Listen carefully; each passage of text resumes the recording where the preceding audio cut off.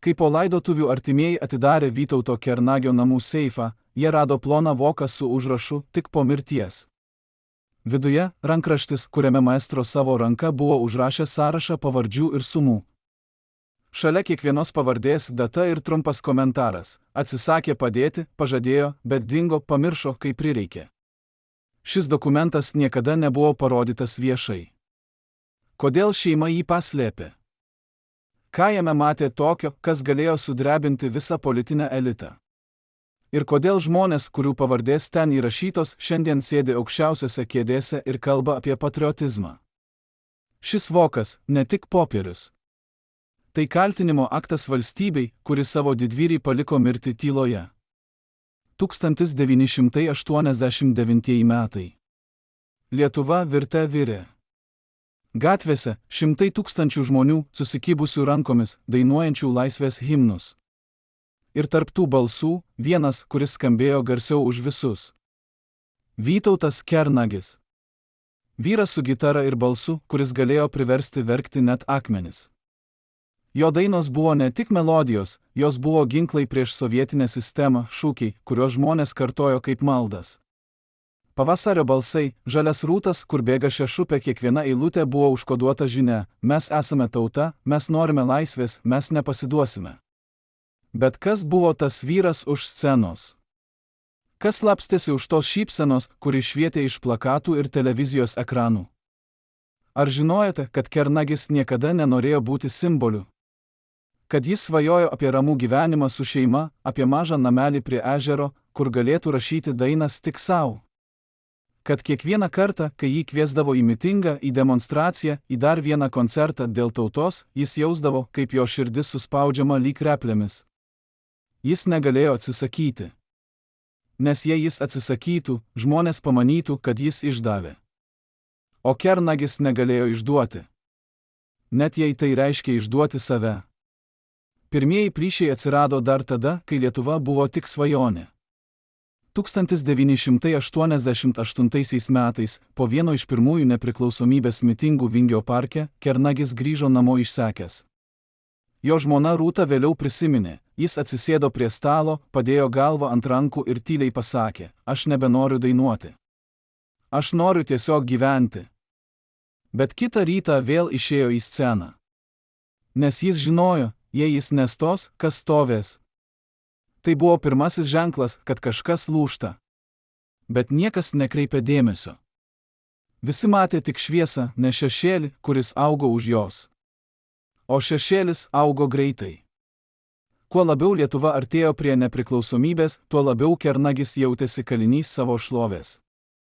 Jis negalėjo atsisakyti koncertų, nes tai būtų buvę nepatriotiškas gestas. Jis negalėjo pasakyti, kad pavargęs, nes tauta laukia. Jis negalėjo net susirgti ramiai, kai 1990 metais jis pateko į ligoninę su širdies problemomis, žurnalistai apspito palatą, o politikai skubėjo fotografuotis prie jo lovos. Vienas iš jų, tuometinis aukštas pareigūnas, net atnešė gėles ir pasakė žurnalistams: Kernagis, mūsų tautos širdis. Mes padarysime viską, kad jis pasveiktų. Bet kai maestro buvo išrašytas ir paprašė pagalbos apmokėti brangų gydymą, tas pats pareigūnas neatsakė į skambučius. Ar tai buvo pirmasis išdavimas? Ne. Tai buvo tik pradžia. Nes po nepriklausomybės paskelbimo, kai politikai pradėjo dalytis valdžią ir pinigus, Kernagis staiga tapo nebe simboliu, o našta. Jis buvo per daug žinomas, per daug mylimas žmonių. Jis galėjo pasakyti tiesą ir žmonės patikėtų. O tiesa buvo tokia: naujoji valdžia elgėsi negeriau už seną.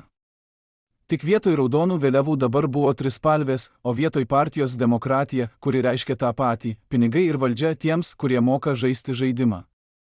Pirmą kartą per 25 metus sutiko kalbėti žmogus, kuris buvo šalia Kernagio paskutiniaisiais jo gyvenimo metais. Vardą jis prašė neskelbti, bijo, kad neteks darbo. Bet tai, ką jis pasakė, verčia suabejoti viskuo, ką žinojame apie maestro pabaigą. Jis nebuvo vienas. Jis buvo apsuptas žmonių. Bet visi jie norėjo kažko iš jo: koncerto, parašo, nuotraukos. Niekas neklausė, kaip jis jaučiasi. Niekas nematė, kad jis miršta. Šis liudijimas tik vienas iš daugelio, kuriuos surinkome. Ir visi jie rodo tą patį, kernagis buvo paliktas likimo valiai ne per klaidą. Tai buvo pasirinkimas. 1991 metais Lietuva šventė. Nepriklausomybė buvo pripažinta, sovietai traukėsi, o gatvėse žmonės šoko ir dainavo. Kernagis irgi turėjo šokti. Bet jis negalėjo. Jo širdis, kuri tiek metų daužėsi scenoje, dabar daužėsi netaisyklingai, praleisdama dūžius, sustodama sekundėms, kurios atrodė kaip amžinybė. Gydytojai sakė, reikia operacijos. Brangios operacijos. Tokios, kurios Lietuvoje dar nebuvo daroma. Reikėjo vykti į užsienį, Vokietiją arba Izraelį. Reikėjo pinigų. Daug pinigų. Kernagis kreipėsi į kultūros ministeriją. Parašė oficialų prašymą nuolankų, beveik maldaujantį. Jame jis prašė ne dovanų, o paskolos. Jis žadėjo grąžinti kiekvieną centą iš būsimų koncertų. Jis pridėjo savo medicininę istoriją, gydytojų išvadas, net sąmatą, kiek kainuos gydymas. Atsakymas atėjo po 3 mėnesių. Trumpas, šaltas, biurokratinis, deja, biudžete nenumatyta lėšų tokio pobūdžio išlaidoms. Linkime sveikatos. Linkime sveikatos. 3 žodžiai, kurie nuskambėjo kaip nuosprendis. Kernagis tą laišką sudegino. Jo žmona Rūta vėliau pasakojo, jis sėdėjo virtuvėje, laikė tą popierių virš žvakės liepsnos ir žiūrėjo, kaip jis virsta pelenais. Paskui pasakė, matai? Štai kiek aš vertas valstybei. Pelenai. Bet jis dar bandė. Jis skambino asmeniškai žmonėms, kuriuos vadino draugais. Žmonėms, su kuriais stovėjo ant tos pačios scenos, dainavo tas pačias dainas, dalino tą patį pavojų sovietmečiu. Dauguma neatsakė į skambučius. Keli atsakė, bet pasakė, dabar ne laikas. Gal vėliau. Vėliau niekada neatėjo. Vienas iš tų žmonių, tuometinis Seimo narys, kurio vardą žino kiekvienas lietuvis. Jis ne tik neatsakė į Kernagio skambutį, bet ir viešai pareiškė, kad menininkai turi mokėti gyventi iš savo meno, o ne laukti valstybės išlaikymo. Tai buvo pasakyta per televizijos laidą, kur tas pats politikas didžiavosi savo naujų automobilių, importuotų Mercedes, kuris kainavo daugiau nei Kernagio operacija. Ar jis žinojo, apie ką kalba? Ar jis suprato, kad tuo metu Kernagis skaičiavo kiekvieną litą, bandydamas surinkti bent dalį sumos? Ar jam buvo vis tiek? Atsakymas – taip. Jam buvo vis tiek. Nes Kernagis nebėra buvo naudingas. Revoliucija baigėsi, laisvė laimėta, dabar reikėjo ne poetų ir dainių, o pragmatikų ir verslininkų. Žmonių, kurie moka derėtis, manipuliuoti, vogti nepastebėtiems. Kernagis nemokėjo to visko. Jis mokėjo tik dainuoti. Ir už tai jis buvo nubaustas. Bet buvo vienas žmogus, kuris pasiūlė pagalbą. Verslininkas, kurio vardas tuomet dar nebuvo žinomas, bet kuris vėliau tapo vienu iš turtingiausių žmonių Lietuvoje. Jis pakvietė Kernagį į savo biurą, prabangų, su odiniais baldais ir langais nuo grindų iki lubų, pro kuriuos matėsi visas Vilnius. Jis pasiūlė sumokėti už operaciją. Visą sumą. Be jokių sąlygų. Kernagis beveik verkė iš dėkingumo. Bet tada verslininkas pridūrė, tik vienas mažas prašymas. Po operacijos keli koncertai. Mano draugams. Privačiai. Ir vienas dalykas, man reikės tavo parašo po vienu dokumentu. Formalumas. Kernagis paklausė, kas per dokumentas. Verslininkas nusišypsojo, pasitikėk manimi. Tai tik sutartis, kad pinigai bus grąžinti iš koncertų. Nieko daugiau. Kernagis pasirašė. Jis neturėjo pasirinkimo. Bet tas dokumentas nebuvo formalumas. Tai buvo sutartis, kuri atidavė visas Kernagio autorinės teisės į jo dainas tam verslininkui. Visam laikui. Už sumą, kuri vos dengė operacijos kaštus. Kernagis suprato tai tik vėliau, kai advokatas pažiūrėjo į sutartį ir pasakė, jūs ką tik atidavėte savo gyvenimo darbą už nieką. Bet buvo per vėlų. Dokumentas pasirašytas, operacija atlikta, o verslininkas jau pardavinėjo Kernagio dainų teises reklamoms ir filmams. Ar tai buvo apgaulė? Ar tai buvo išnaudojimas? Ar tai buvo nusikaltimas? Teisiškai ne. Moraliai taip. Bet moralė nedomino nei to verslininko, nei politikų, kurie tylėjo, nei žurnalistų, kurie nematė šios istorijos. Visi buvo užsiėmę savo reikalais. O Kernagis liko vienas su savo skausmu ir supratimu, kad jis buvo panaudotas ir išmestas. Bet blogiausia dar laukė priekyje. Nes operacija nepavyko. Likus 3 savaitėms iki pabaigos, į Kernagio namus atėjo žmogus, kurio niekas neatpažino. Kaimynai vėliau pasakojo, jis buvo apsirengęs tamsiu kostiumu, nešė portfelį ir atrodė kaip advokatas arba valstybės tarnautojas. Jis pasiliko viduje beveik 2 valandas. Kai išėjo, Kernagis sėdėjo prie lango ir žiūrėjo į gatvę tuščiu žvilgsniu. Jo žmona paklausė, kas buvo. Jis atsakė, niekas. Tiesiog dar vienas žmogus, kuris nori kažko iš manęs. Bet tą vakarą jis nė karto nepalietė gitaros. Pirmą kartą per 10 mečius. Kas buvo tas lankytojas? Ko jis norėjo? Ir kodėl po to apsilankimo Kernagis atsisakė visko, koncertų, interviu, net draugų skambučių? Mes bandėme surasti tą žmogų. Klausinėjome kaimynus, buvusius Kernagio bendradarbius, net samdėme privatų detektyvą. Niekas nieko nežinojo. Arba nenorėjo žinoti. Vienas iš artimųjų, sutikęs kalbėti tik anonimiškai, pasakė, aš girdėjau, kad tai buvo kažkas iš vyriausybės.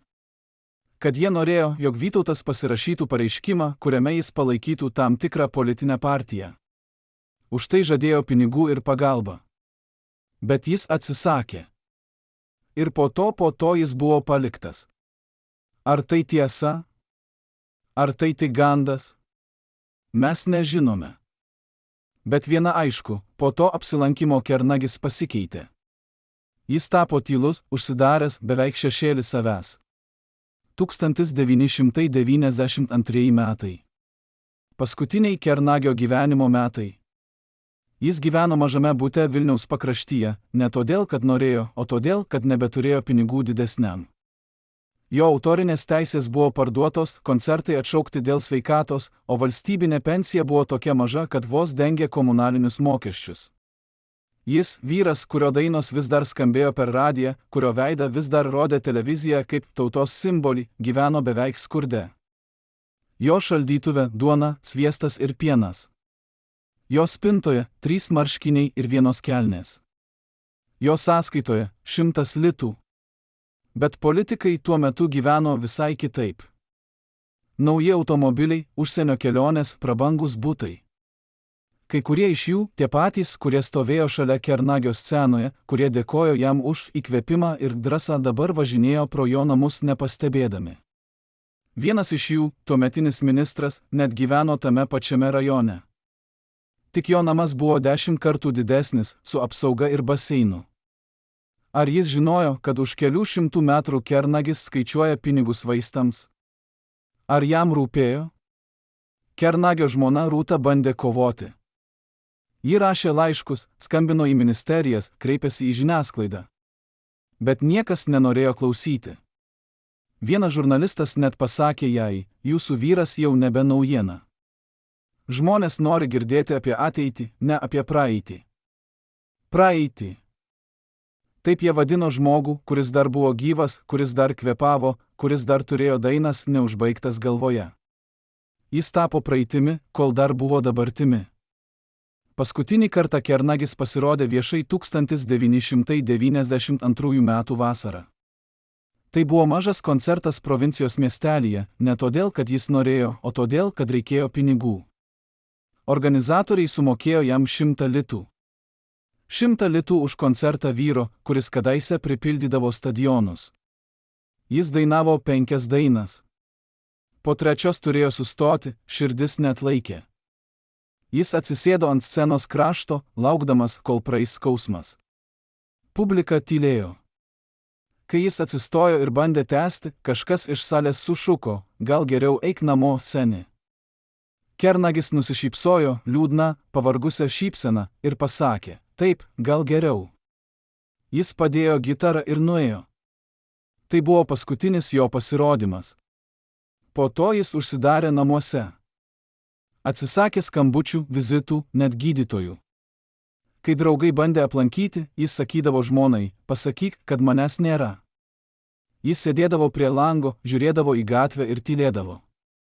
Kartais imdavo gitarą, bet negrojo, tik laikydavo ją ant kelių, lyg bandydamas prisiminti, kaip tai daroma.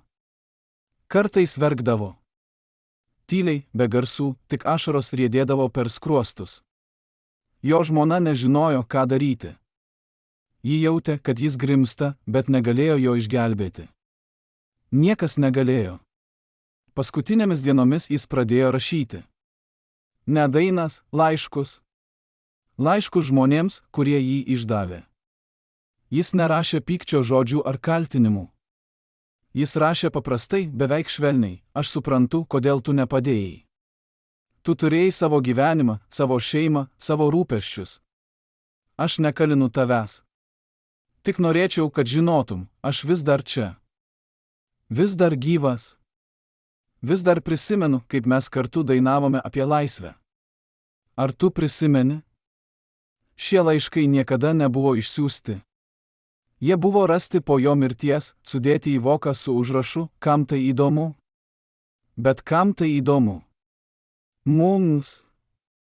Jums. Visiems, kurie vis dar dainuoja Kernagio dainas, kurie vis dar prisimena jo balsą, kurie vis dar tiki, kad tauta turi atmintį. Nes jei mes pamirštame, kaip elgiamės su savo didvyriais, mes pamirštame, kas mes esame. Ir tada mes tampame ne tauta, o tik minia, kuri šaukia, kai reikia, ir tyli, kai nebepatogu.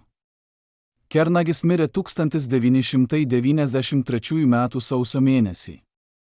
Oficiali mirties priežastis – širdies nepakankamumas.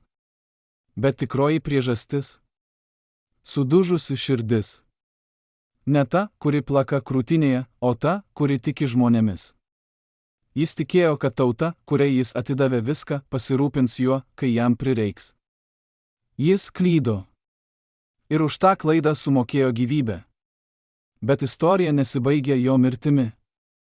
Nes po laidotuvių prasidėjo cirkas. Politikai, kurie ignoravo jį gyvą, dabar grūdosi prie karsto. Visi norėjo pasakyti kalbą, visi norėjo būti nufotografuoti šalia. Vienas iš jų, tas pats, kuris atsisakė padėti su operacija, net verkė per laidotuves. Tikros ašaros ar vaidyba? Mes niekada nesužinosime. Bet žmonės, kurie ten buvo, prisimena, kai jis ėjo pro karstą, kažkas iš minios sušuko: gėda. Jis apsimetė, kad negirdėjo. Po metų Kernagis buvo apdovanotas ordinu. Paskui dar vienu. Paskui dar.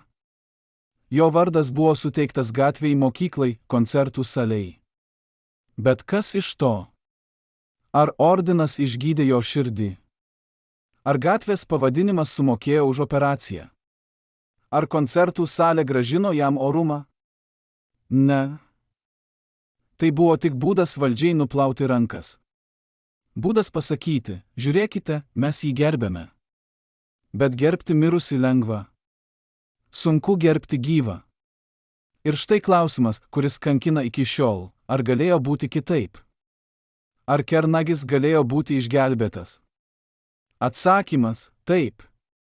Jei bent vienas iš tų politikų, kurie dabar nešioja jo ordiną ant krūtinės, būtų pasakęs: aš padėsiu.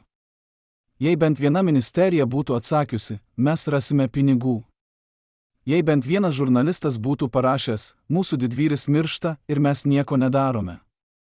Bet niekas to nepadarė. Ir dabar mes gyvename su ta gėda.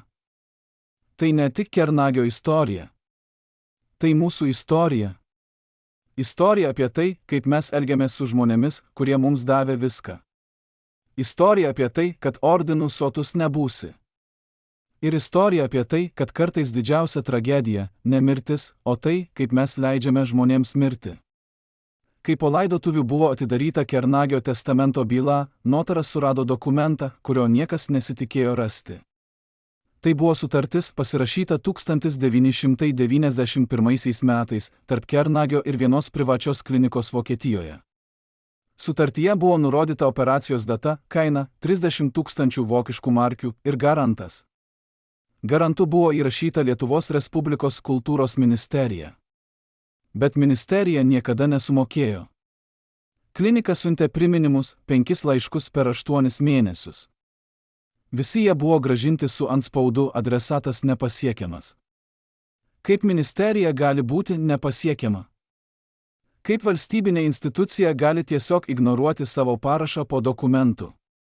Ir svarbiausia, kas davė leidimą ministerijos vardu garantuoti operaciją, o paskui atsisakyti mokėti? Šis dokumentas dabar saugomas privačiame archyve, bet jo kopija niekada nebuvo parodyta Seimui ar teismui.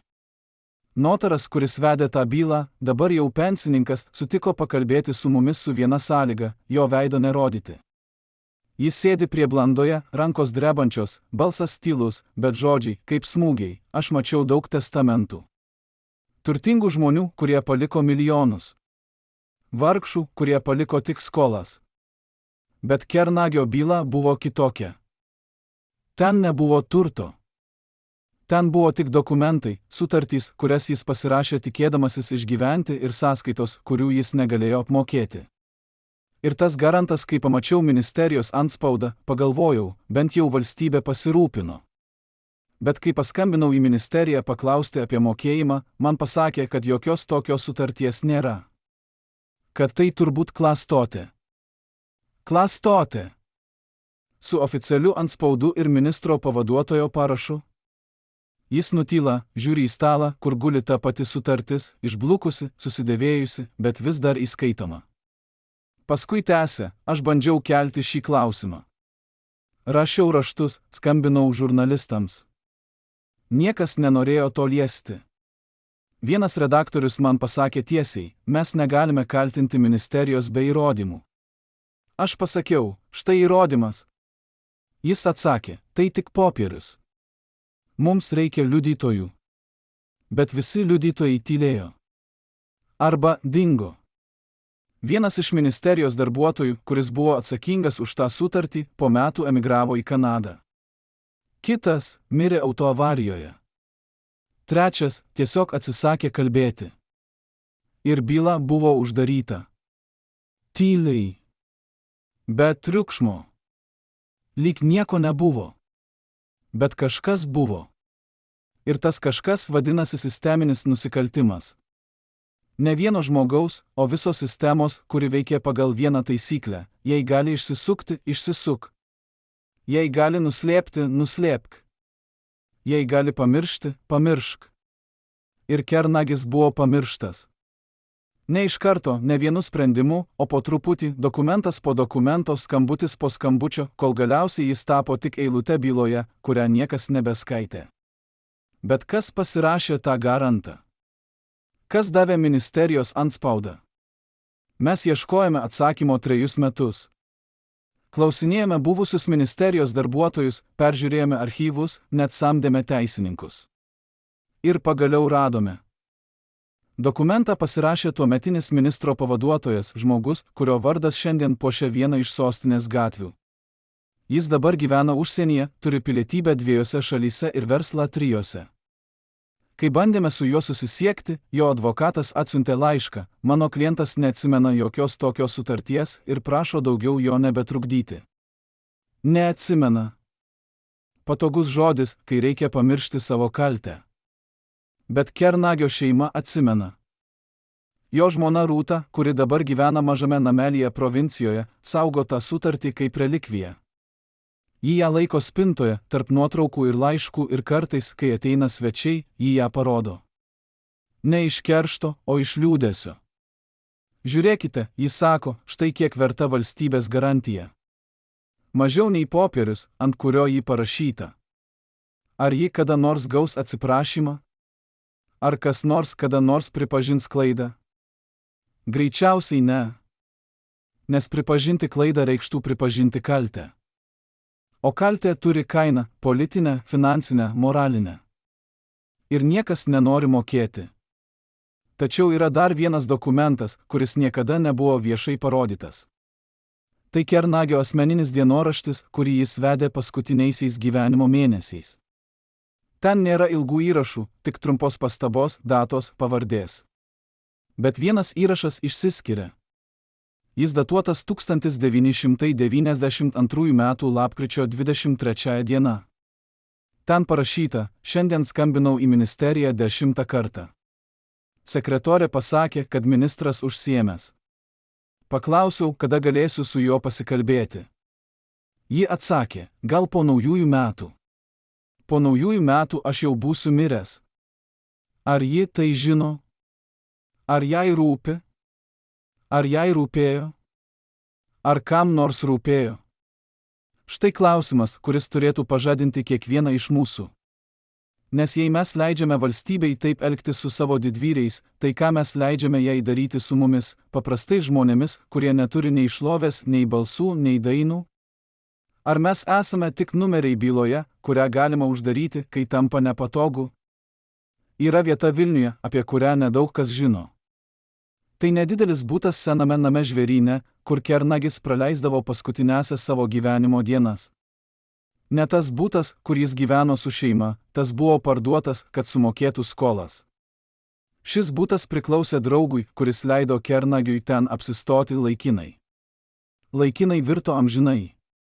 Kaimynai prisimena jį kaip tylų, beveik nematomą žmogų, kuris retai išeidavo iš namų. Viena kaimynė pasakojo: kartais girdėdavau gitaros garsus, ne dainas, tik akordus, lyg jis bandytų kažką prisiminti. Paskui tyla. Ilga, sunkiai tyla. Bet kas vyko tame bute? Kas lankė Kernagį? Ir kodėl, kai jis mirė, tas butas buvo išvalytas taip greitai, kad net policija nespėjo apžiūrėti? Mes radome tą draugą. Jis dabar gyvena užsienyje, bet sutiko pakalbėti telefonu. Jo balsas, atsargus, beveik įtarus: aš nežinau, ko jūs ieškote. Vytautas gyveno pas mane keletą mėnesių. Jis buvo labai silpnas, beveik nebevaikščiojo. Aš bandžiau padėti, kiek galėjau, pirkau maistą, vaistus, kvietėdavau gydytojus. Bet jis nenorėjo gydytojų. Sakydavo: kam? Jie vis tiek nieko nepadės. Jis buvo pasiduodęs. Ne fiziškai, moraliai. Jis nebetikėjo, kad kas nors gali pasikeisti. Bet buvo žmonių, kurie lankė tą butą. Ne draugai, ne šeima, kiti žmonės. Kaimynai prisimena juos kaip vyrus kostiumais, kurie atvažiuodavo brangiais automobiliais ir pasilikdavo viduje valandą ar dvi. Kas jie buvo? Ko norėjo? Vienas iš kaimynų, pensininkas, kuris gyveno tame pačiame aukšte, pasakoja: aš kartą sutikau vieną iš jų laiptinėje. Jis buvo aukštas, plačių pečių, su portfeliu. Aš paklausiau, ar jis ieško ko nors. Jis pažvelgė į mane taip, lyg aš būčiau oras, ir praėjo pro šalį. Bet aš girdėjau, kaip jis kalbėjo su Vytautu. Ne lietuviškai, rusiškai. Ir balsas buvo kietas, beveik grasinantis. Rusiškai. Tai detalė, kuri verčia susimastyti. Nes Kernagis, nors ir mokėjo rusų kalbą, visada vengė ją kalbėti, ypač po nepriklausomybės. Tai buvo jo principas, jo būdas parodyti, kad jis priklauso Lietuvai, ne sovietiniai praeičiai. Tai kodėl jis leido kam nors kalbėti su juo rusiškai savo paties namuose? Ar jis turėjo pasirinkimą? Ar tie žmonės buvo ne svečiai, o... kas? Skolų išieškotojai? Verslo partneriai? Ar kažkas dar blogiau? Mes bandėme išsiaiškinti, kas buvo tie vyrai. Klausinėjome buvusius Kernagio bendradarbius, verslininkus, kurie dirbo su juo 90-ame dešimtmetyje. Vienas iš jų, buvęs koncertų organizatorius, pasakė: Vytautas turėjo skolų. Nedaug, bet turėjo. Kai kurios iš jų buvo ne bankams, o privatiems asmenims. Žmonėms, kurie neskaičiuoja procentų, o skaičiuoja pirštus. Jei supranti, ką turiu omenyje? Mes supratome. Tai buvo ne verslas, tai buvo šešėlis, kuris sekė Kernagį net tada, kai jis jau beveik nieko neturėjo. Bet kodėl jis skolinosi iš tokių žmonių? Atsakymas paprastas, nes niekas kitas neskolino. Bankai atsisakė, nes jis neturėjo užstato. Draugai atsisakė, nes patys gyveno sunkiai. Valstybė atsisakė, nes mes jau žinome kodėl. Ir liko tik vienas pasirinkimas – eiti pas tuos, kurie duoda pinigus be klausimų, bet su sąlyga, kad grąžinsi dvigubai. Arba sumokėsi kitaip. Ir kernagis mokėjo.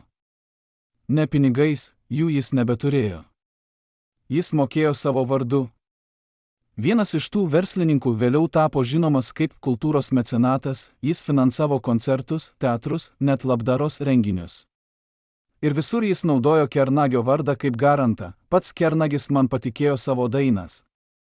Bet kernagis nieko nepatikėjo. Jam tiesiog nebuvo pasirinkimo. Tai buvo nesutartis, tai buvo prievarta, apgaubta teisėtumo šydu. Paskutinį kartą tuos vyrus kaimynai matė likus savaitei iki kernagio mirties.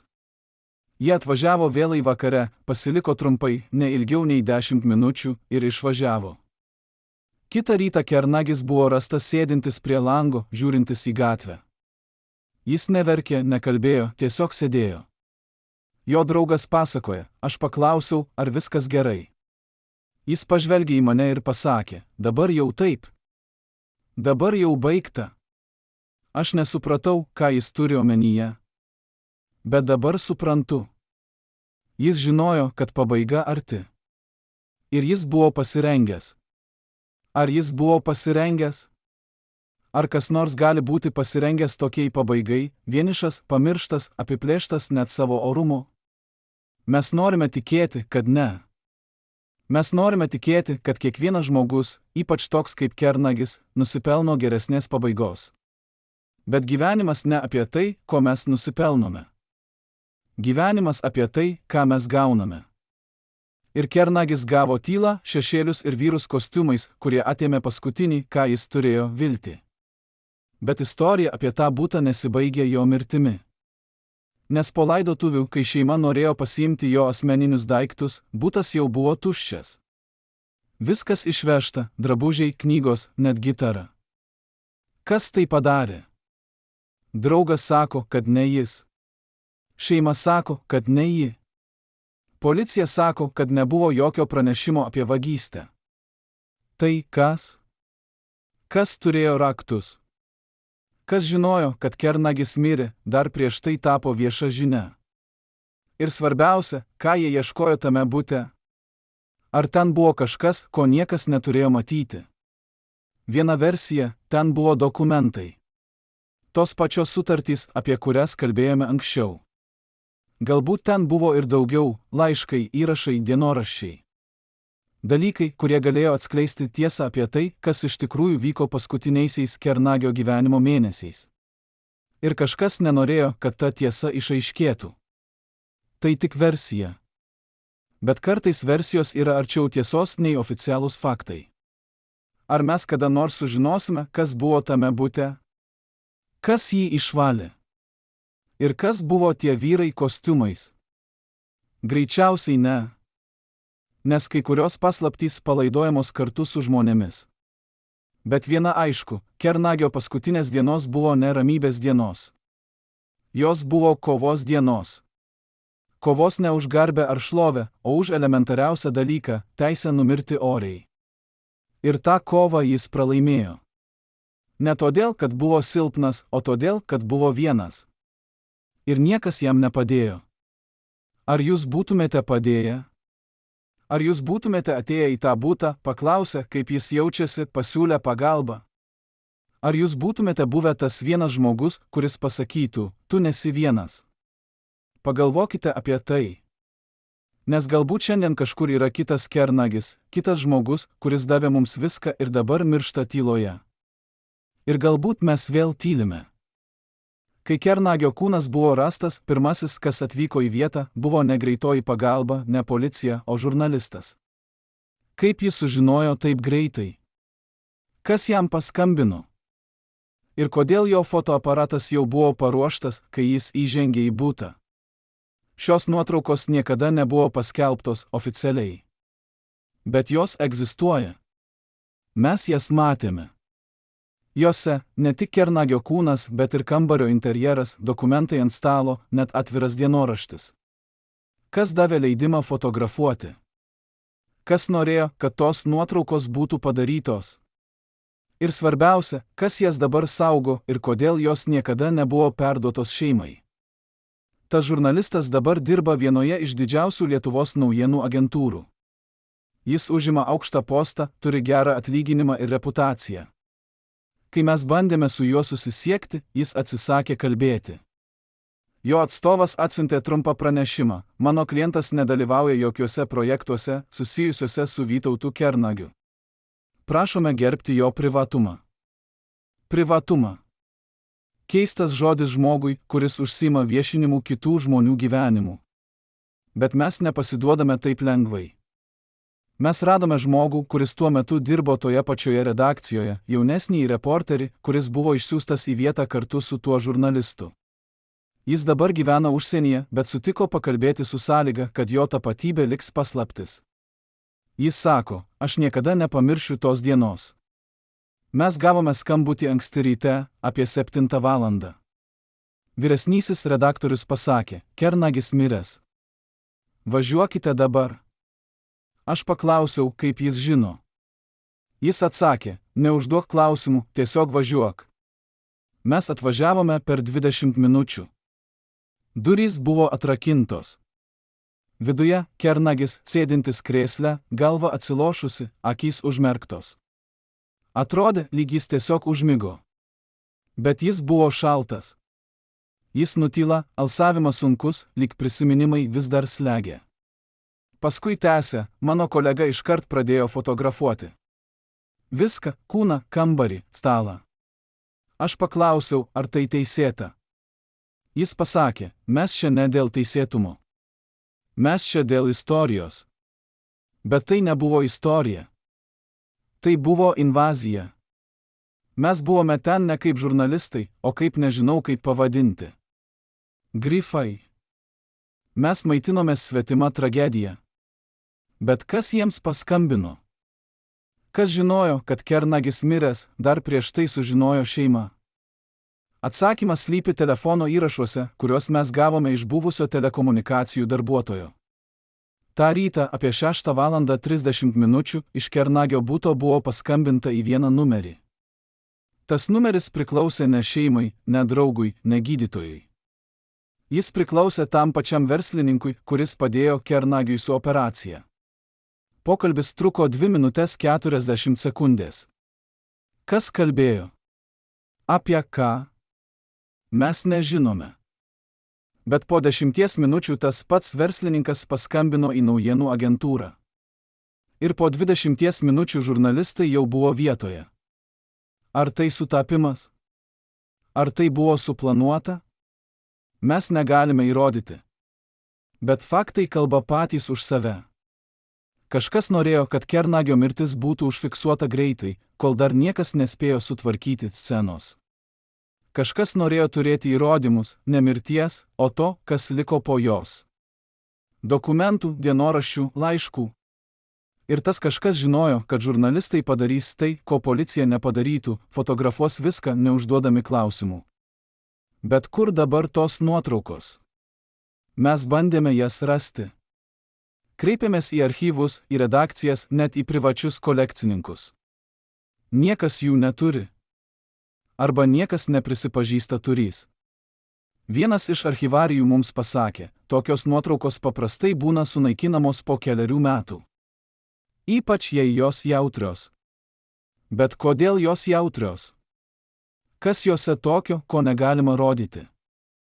Galbūt ten matyti tie patys dokumentai, apie kuriuos kalbėjome, sutartys, garantai, laiškai. Galbūt ten matyti kažkas dar blogiau, žymės ant kūno, kurios rodo nenatūralią mirtį, o. Bet mes nenorime spekuliuoti. Mes norime faktų. Ir faktai yra tokie: nuotraukos egzistuoja, bet jos paslėptos. Ir kažkas labai nenori, kad jos pasirodytų. Yra dar vienas žmogus, kuris buvo tame bute tą rytą. Ne žurnalistas, ne policininkas, greitosios pagalbos gydytojas. Jis atvyko po žurnalistų, bet prieš policiją. Jo vardas Andrius, pavardę jis prašė neskelbti. Jis dabar dirba provincijos ligoninėje, toli nuo sostinės, toli nuo prisiminimų. Bet kai mes jį suradome, jis sutiko pakalbėti. Jo žodžiai, kaip liudijimas, kai aš įėjau į tą butą, pirmasis dalykas, kurį pamačiau, buvo ne kernagis, o fotoaparatas. Žurnalistas fotografavo kūną iš visų kampų. Aš pasakiau, ką jūs darote? Tai nusikaltimas. Jis atsakė, aš darau savo darbą. Aš pasakiau, jūsų darbas – gerbti mirusiuosius. Jis tik nusišypsojo ir toliau fotografavo. Gydytojas apžiūrėjo kūną. Oficiali išvada – širdies smūgis. Bet jis prisimena detalės, kurios nebuvo įrašytos į protokolą, kernagio rankos buvo suspaustos į kumščius. Tai neįprasta žmogui, kuris miršta nuo širdies smūgio. Paprastai raumenys atsipalaiduoja. Bet jo rankos buvo įsitempusios, lyg jis būtų bandęs kažko griebtis arba kažką stumti. Ir jo veidas jis nebuvo ramus. Jis buvo iškreiptas, lyg jis būtų patyręs skausmą arba baimę paskutinę akimirką. Ar tai reiškia, kad mirtis nebuvo natūrali? Nebūtinai. Bet tai reiškia, kad ji nebuvo rami. Ir tai reiškia, kad kernagis mirė ne taip, kaip mums buvo pasakyta. Bet gydytojas neturėjo laiko gilintis. Jis turėjo pasirašyti mirties liudijimą ir išvykti.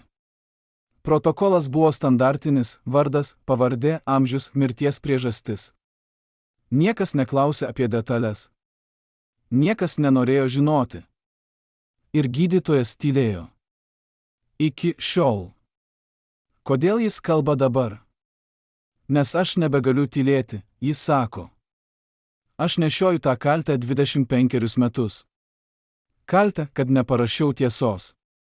Kad nepasakiau, jog kažkas ten buvo ne taip. Galbūt nieko nebūtų pasikeitę. Bet bent jau aš būčiau padaręs, kas teisinga. Ar kas nors būtų pasikeitę? Ar tyrimas būtų atliktas kitaip? Greičiausiai ne. Nes sistema neveikia taip. Sistema veikia pagal taisyklę, kuo greičiau uždaryti bylą, tuo geriau. Kuo mažiau klausimų, tuo mažiau problemų. Ir kernagio mirtis buvo uždaryta per 2 dienas. 2 dienas nuo mirties iki laidotuvių. 2 dienas, per kurias niekas nepaklausė, o gal reikėtų patikrinti. O gal reikėtų pasikalbėti su šeima? O gal reikėtų išsiaiškinti, kas buvo tie žmonės, kurie lankė jį paskutinėmis dienomis. Bet niekas to nepadarė. Ir dabar mes gyvename su klausimais, į kuriuos niekada negausime atsakymų. Kas buvo tame bute tą naktį? Kas paskambino verslininkui? Kas davė leidimą žurnalistams fotografuoti? Ir svarbiausia, ar kernagio mirtis buvo tikrai natūrali, ar tai buvo tik patogi išvada, kuri leido visiems toliau gyventi be kaltės? Mes nežinome. Bet mes žinome vieną, kernagis mirė vienas, pamirštas, apiplėštas. Ir net jo mirtis tapo preke, nuotraukos, straipsniai, sensacijos. Jis davė mums savo gyvenimą, o mes paėmėme net jo mirtį. Ir dabar mes drįstame sakyti, kad mes jį gerbėme. Dabar mes drįstame statyti paminklus ir vadinti gatves jo vardu. Tai nepagarba. Tai veidmainystė. Ir kol mes nepripažinsime savo kaltės, kol mes nepasakysime tiesos, mes ir toliau būsime ne tauta, o tik minia, kuri šaukia, kai patogu ir tyli, kai nepatogu. Ar jūs norite žinoti tiesą? Ar jūs pasiruošę išgirsti, kas iš tikrųjų nutiko? Ar jūs pasiruošę pripažinti, kad mes visi, kiekvienas iš mūsų, esame atsakingi už tai, kas atsitiko kernagiui? Nes jei mes tylime dabar, mes tylėsime ir tada, kai kitas kernagis mirs tyloje. Ir tada mes neturėsime teisės sakyti, kad mes nežinojome. Nes dabar mes žinome. Ir pasirinkimas mūsų. Tačiau mirtis nebuvo pabaiga, tai buvo tik naujo cirko pradžia, kuriame gyvieji dalijo mirusiojo pelenus, tarsi grobį po mūšio. Bet prieš pasakodami apie tai, kas vyko po laidotuvių, turime grįžti į vieną dokumentą, kuris buvo rastas tarp kernagio popierių ir kurį šeima slepia iki šiol kaip pavojingiausią paslaptį. Tai buvo sąsiuvinis, paprastas mokyklinis, su mėlynais viršeliais, kuriame maestro ranka buvo surašytas sąrašas. Ne dainų, ne eilėraščių, pavardžių. 38 pavardės, kiekviena su data ir trumpu komentaru. Šalia kai kurių sumos. Šalia kitų tik klaustuko ženklas. Vienas įrašas skaitėsi taip: vasario 22, 1991. Susitikimas su JK pažadėjo 10 000. Paklausiau, kada. Atsakė, kai tik gausi ordiną. Ordinas atėjo. Pinigų, ne. Kitas įrašas, gegužės 15. Skambinau, o sekretorė sakė, kad išvykęs. 3 kartą per mėnesį išvykęs. Gal jau nebegrįš? Kas buvo tie žmonės? Kodėl Kernagis vedė tokį sąrašą? Ir svarbiausia, kodėl šeima nenori, kad šis sąsiuvinis būtų parodytas viešai? Atsakymas paprastas ir skausmingas, nes tame sąsiuvinyje yra vardai žmonių, kurie šiandien sėdi valdžioje, kurie kalba apie patriotizmą ir tautinę garbę, kurie nešioja Kernagio ordinus ant savo krūtinių. Ir visi jie, absoliučiai visi, yra įrašyti į tą sąrašą kaip tie, kurie pažadėjo, bet neištesėjo. Kurie žadėjo pinigus, bet davė tik žodžius. Kurie žadėjo pagalbą, bet atsiuntė tik gėles į laidotuves. Mes kalbėjome su vienu iš Kernagio tolimų giminaičių, kuris matė tą sąsiuvinį iškart po laidotuvių. Jis prašė neskelbti jo vardo, nes, kaip jis sako, šeima nenori skandalo. Bet jo žodžiai, kaip peilis į širdį, kai aš pirmą kartą perskaičiau tą sąrašą, nesupratau, kodėl Vytautas jį vedė. Paskui supratau, tai nebuvo keršto sąrašas. Tai buvo liudijimas. Jis norėjo, kad kas nors žinotų tiesą.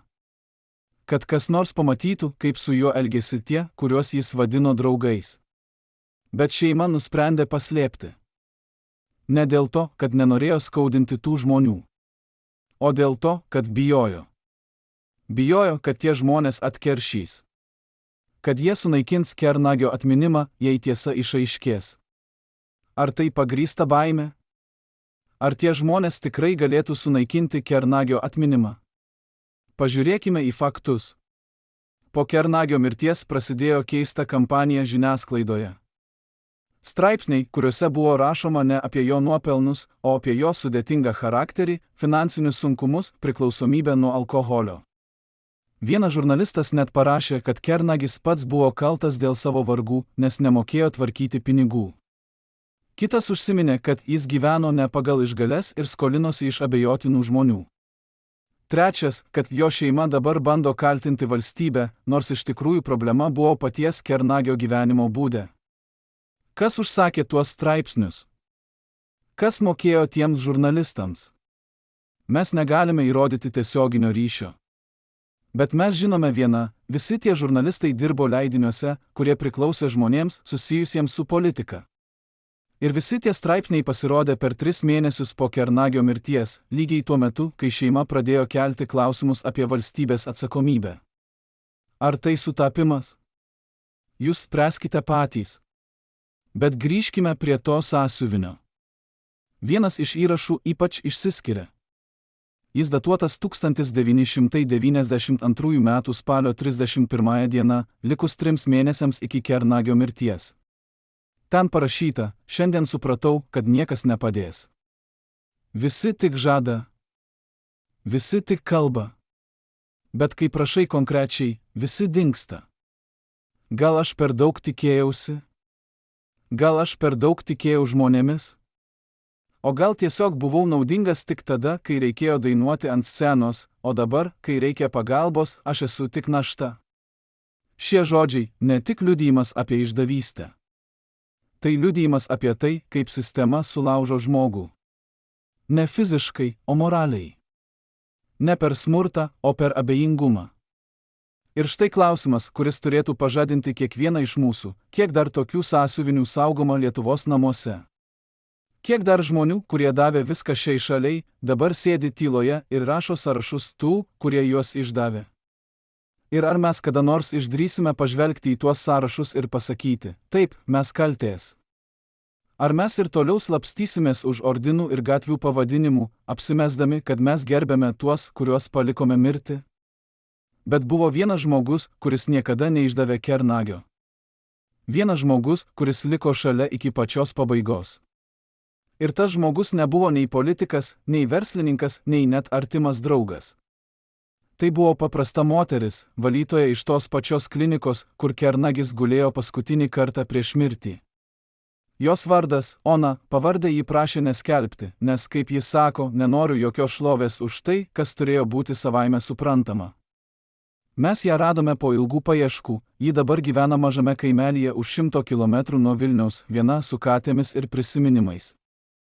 Kai mes paklausėme, ar jis sutiktų papasakoti apie kernagį, jos akys prisipildė ašarų. Kodėl jūs norite žinoti? Kam tai dabar? Jis jau miręs. Niekas nebegrąžins jo atgal. Bet paskui ji atsiduso ir pradėjo kalbėti. Ir tai, ką ji pasakė, sudaužė mūsų širdis į šipulius.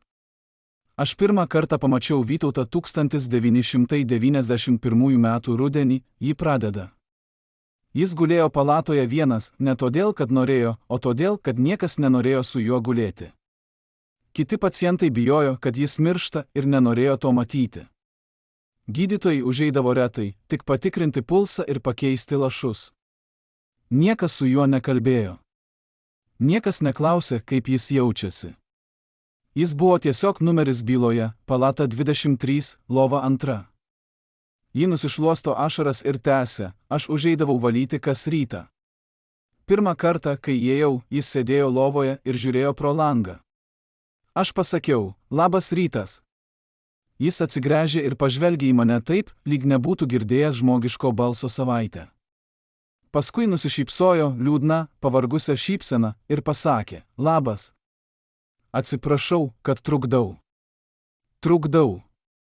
Jis atsiprašė, kad aš darau savo darbą. Aš paklausiau, ar jam ko nors reikia. Jis pasakė, ne. Nieko nereikia. Ačiū, kad paklausai. Nuo tos dienos Ona pradėjo užtrukti kernagio palatoje ilgiau nei kitose. Ne todėl, kad ten būtų buvę daugiau darbo, o todėl, kad ji matė, šis žmogus miršta ne tik nuo ligos, bet ir nuo vienatvės. Aš pradėjau su juo kalbėti, jis sako. Apie nieką, apie orą, apie naujienas, apie savo kates. Jis klausydavosi ir kartais šypsodavosi. Kartais pasakydavo, žinai, Ona, tu esi vienintelė, kuri su manimi kalba kaip su žmogumi, o ne kaip su mirštančiu. Ir tada aš supratau, kaip baisiai jis jaučiasi. Kaip baisiai yra būti žinomu, bet vienišam. Bet Ona darė daugiau nei tik kalbėjo. Ji neždavo jam maisto iš namų, ne ligoninio, o tikro, naminio. Jis beveik nevalgė ligoninės maisto, ji pasakoja. Sakydavo, kad neturi apetito. Bet kai aš atneždavau savo virtos sriubos ar bulvių, jis valgydavo. Nedaug, bet valgydavo. Ir dėkodavo taip, lyg būčiau davusi jam ne sriubos, o gyvenimo. Ji nutyla, žiūri į rankas, kurios vis dar dreba. Kartą jis man pasakė, Ona, tu nežinai, ką reiškia būti alkanu ne dėl to, kad neturi maisto, o dėl to, kad neturi noro gyventi. Bet tavo sriuba man grąžina tą norą. Bent trumpam. Ar gydytojai žinojo, ką Ona daro? Taip. Ir jie nieko nesakė. Vienas iš jų net pasakė jai, gerai, kad bent tu jo rūpiniesi. Mes neturime laiko. Neturime laiko. Tai buvo oficiali pozicija, neturime laiko rūpintis mirštančiu žmogumi, kuris kadaise buvo tautos simbolis. Neturime laiko paklausti, ar jam ko nors reikia. Neturime laiko net pažvelgti į jį kaip į žmogų. Bet Ona turėjo laiko. Ir ji ne tik rūpinosi kernagių ligoninėje, ji lankė jį ir namuose, kai jis buvo išrašytas. Aš užeidavau kartą per savaitę, ji sako. Neždavau maisto, vaistų, kartais tiesiog pasėdėdavau ir kalbėdavomės. Jis man pasakodavo apie savo gyvenimą, ne apie šlovę, ne apie koncertus, o apie paprastus dalykus. Apie tai, kaip jis mylėjo žvejoti. Apie tai, kaip jis norėjo turėti sodą. Apie tai, kaip jis svajojo apie ramybę. Ir kiekvieną kartą, kai jis kalbėdavo apie tai, jo balsas virpdavo. Nes jis žinojo, kad tos ramybės jis niekada neturės. Paskutinį kartą Ona matė kernagį likus 2 savaitėms iki jo mirties. Jis buvo labai silpnas, jį prisimena. Vos galėjo vaikščioti. Bet kai aš atėjau, jis pabandė atsistoti, norėjo mane pasitikti kaip svečią. Aš pasakiau, Vytautai, sėdėk, prašau. Jis atsisėdo ir paėmė mano ranką. Jo ranka buvo šalta, beveik be gyvybės. Jis pažvelgė į mane ir pasakė, Ona, ačiū. Už viską. Tu buvai vienintelė, kuri manęs nepamiršo. Aš pradėjau verkti. Negalėjau sulaikyti. Ir jis pasakė, neverki. Aš nesu vertas tavo ašarų. Bet jis buvo vertas. Jis buvo vertas visko. Kai kernagis mirė, Ona buvo viena iš pirmųjų, kuri sužinojo. Ne iš žiniasklaidos, ne iš šeimos, iš kaimyno, kuris jai paskambino. Ji iškart nuvyko į tą butą. Kai aš įėjau, ten jau buvo žmonės, žurnalistai, policija, kažkokie vyrai kostiumais. Visi kažką darė, kažką fotografavo, kažką ieškojo. Niekas nežiūrėjo į Vytautą. Niekas nesėdėjo šalia jo. Jis gulėjo ten vienas, lyg būtų daiktų, o ne žmogus. Aš priėjau, atsiklaupiau šalia ir paėmiau jo ranką. Ji vis dar buvo šalta. Ir aš pasakiau, atsiprašau, Vytautai. Atsiprašau, kad mes visi tavęs neapsaugojame. Ir tada kažkas iš tų vyrų pasakė, ponia, prašome neliesti kūno. Tai tyrimo vieta. Tyrimo vieta. Jis nebuvo tyrimo vieta. Jis buvo žmogus. Ona nedalyvavo laidotuvėse. Ne todėl, kad nenorėjo, o todėl, kad negalėjo. Aš žiūrėjau per televiziją, jis sako. Mačiau visus tuos politikus, kurie stovėjo prie karsto ir kalbėjo apie tai, koks jis buvo didis. Ir aš galvojau, kur jūs buvote, kai jis buvo gyvas? Kur jūs buvote, kai jis prašė pagalbos? Kur jūs buvote, kai jis mirė vienas šaltame bute, be nieko? Dabar jūs stovite čia ir verkiate. Bet jūsų ašaros ne dėl jo. Jos dėl jūsų pačių. Dėl jūsų kaltės, kurią bandote nuplauti. Ar Ona kada nors gavo padėką už tai, ką darė? Ne. Ar kas nors iš valdžios bent sužinojo apie ją? Ne. Ar ji to norėjo? Ne, ji sako. Aš nedariau to dėl padėkos. Aš dariau tai, nes tai buvo teisinga. Nes Vytautas buvo žmogus, kuris nusipelnė bent mažos pagarbos. Ir jei niekas kitas to nedarė, tai bent aš padarysiu. Šie žodžiai ne tik liudijimas apie Oną. Tai liudijimas apie tai, kokia turėtų būti tauta. Ne ta, kuri stato paminklus mirusiems, o ta, kuri rūpinasi gyvais. Ne ta, kuri šaukia šūkius, o ta, kuri tiesia ranką, kai reikia. Bet kiek Lietuvoje yra tokių kaip Ona? Kiek žmonių, kurie pasiruošia padėti ne dėl šlovės, ne dėl pinigų, o tiesiog dėl to, kad tai teisinga?